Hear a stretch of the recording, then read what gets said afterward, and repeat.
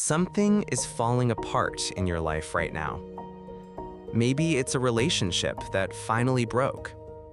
Maybe it's a version of yourself you've been holding on to for years, and you can feel it slipping.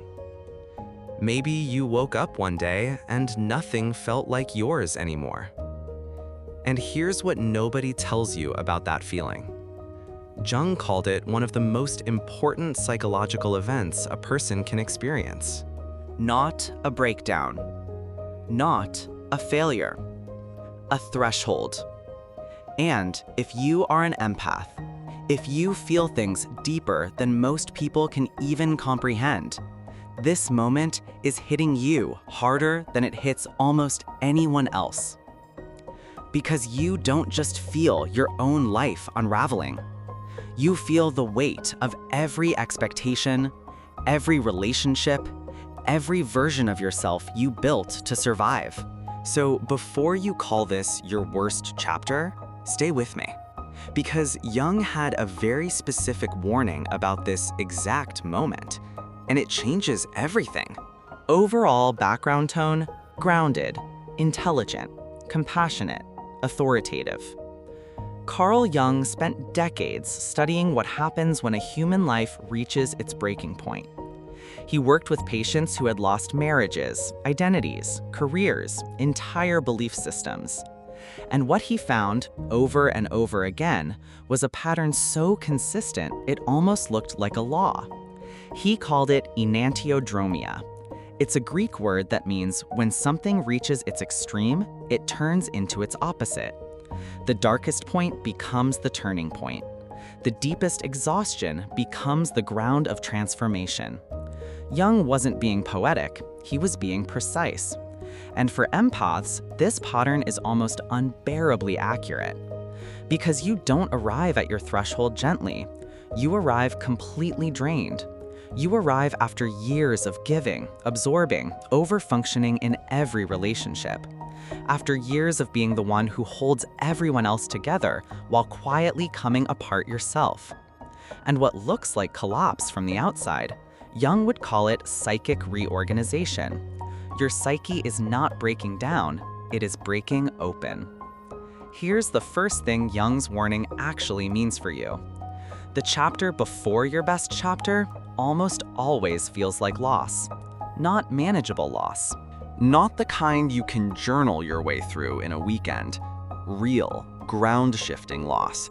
And the reason this hits empaths so hard is specific. Your identity, since probably childhood, got built around feeling other people.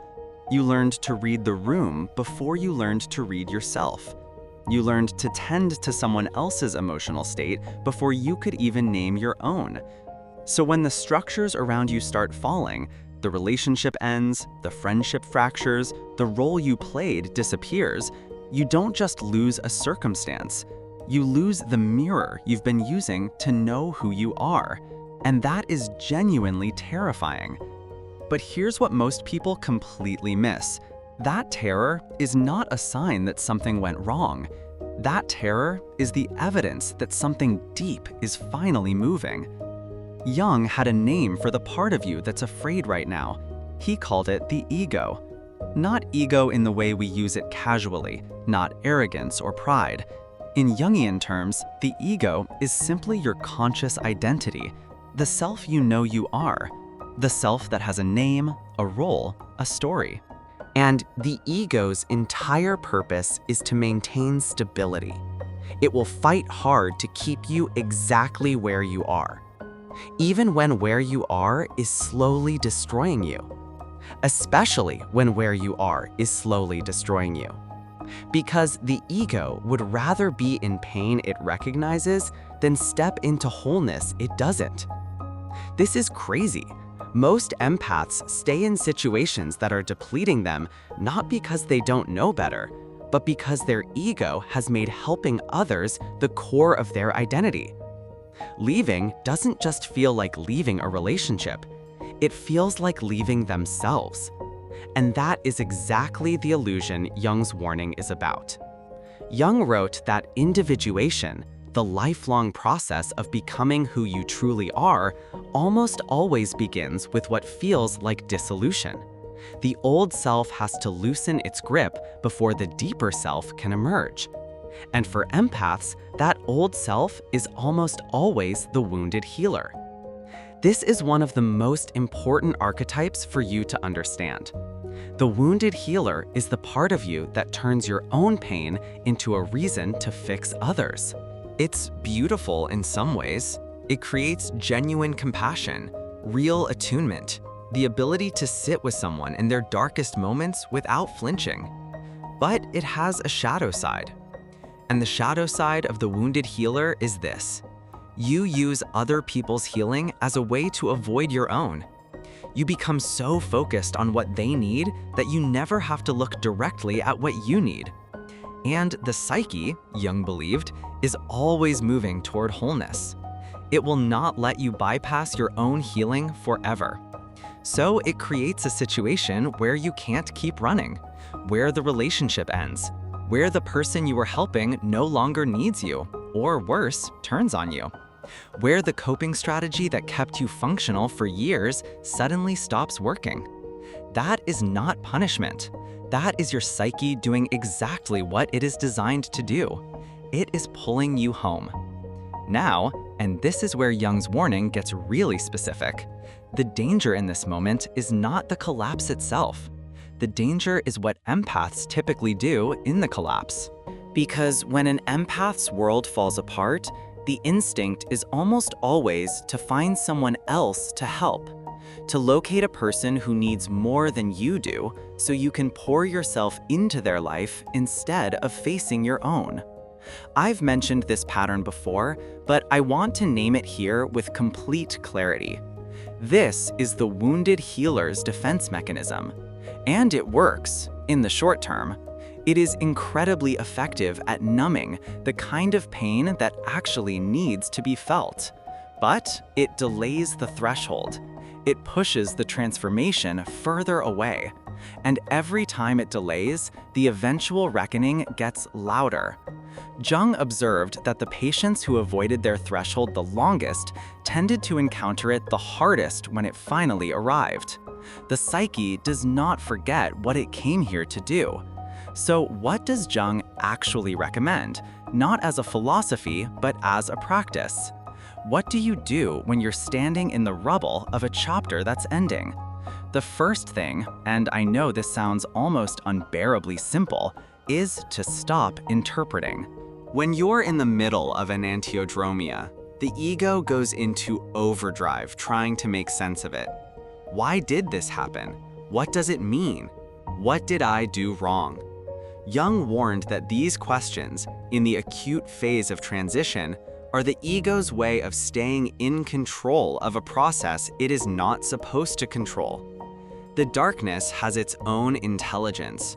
Your job, right now, is not to analyze it. Your job is to descend into it. This is crazy uncomfortable for empaths, because empaths process through feeling, and feeling your own pain without immediately turning it into meaning or into service feels almost purposeless. But this is exactly where the transformation lives. Jung called this the nigredo, an alchemical term he used for the phase of blackening, of dissolution, of sitting in what has not yet become anything. It's the compost before the new growth. And you cannot rush compost. What you can do is bring consciousness to the process. Jung's method, the one he used in his own life during what he called his confrontation with the unconscious, was active imagination. You take the image, the feeling, the symbol that keeps appearing, in dreams, in recurring thoughts, in the pattern of what keeps breaking down, and you sit with it, not to fix it, not to decode it immediately, but to let it speak, because your unconscious is communicating something in this season that your conscious mind has not been willing to receive. And for empaths, people who are already wired to pick up on invisible signals in the world around them, this is actually a skill you already have. You just haven't learned to turn it inward. The same sensitivity that makes you absorb a stranger's grief across a room, that sensitivity, pointed at your own inner world, becomes the most profound tool for self-knowledge that exists. This is why Jung believed empathic people, highly sensitive people, had the greatest potential for individuation.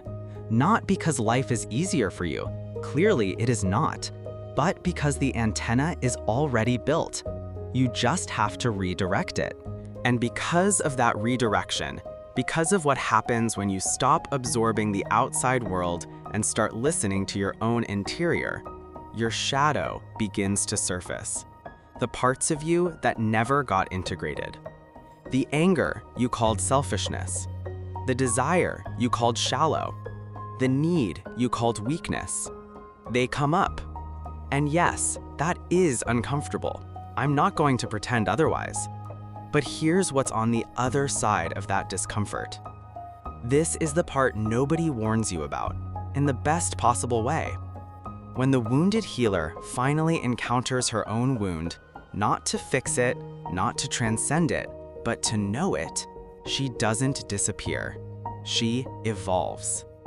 Jung's term for what the wounded healer becomes through this process is the conscious oracle, the person who has descended and returned, who carries their sensitivity not as a burden, but as a form of wisdom, who can be present with another person's pain without drowning in it, because they have learned to be present with their own. That is not a fantasy. That is the psychological destination that this breakdown is pointing you toward. And the only way to get there is through the chapter you're in right now. Remember that Jung didn't say the darkness was pleasant. He said it was necessary. He said it was the birthplace of every real transformation he had ever witnessed, and he had witnessed a lot. So if your life is restructuring itself right now, if relationships are ending, if old identities are dissolving, if nothing feels solid, take a breath. You are not falling apart. You are falling forward toward the most integrated, most alive, most genuinely yourself version of you that has ever existed. The best chapter doesn't begin when everything is finally okay. It begins the moment you stop fighting the one you're in. If this landed for you, if some part of you recognized what we talked about today, I want you to do one thing. Not a big thing, just go to your comments and write down the word that describes what you're in the middle of right now. One word. It doesn't have to be pretty. This channel exists for people who are in the thick of it, not just people who've already come out the other side. And if you want to go deeper into the wounded healer archetype, the shadow work process, and what individuation actually looks like for empaths in real life, I have a full playlist linked right here. Every video in that playlist is built to take you further. Subscribe if you haven't already, because the next video goes somewhere most psychology channels are not willing to go, and you don't want to miss it.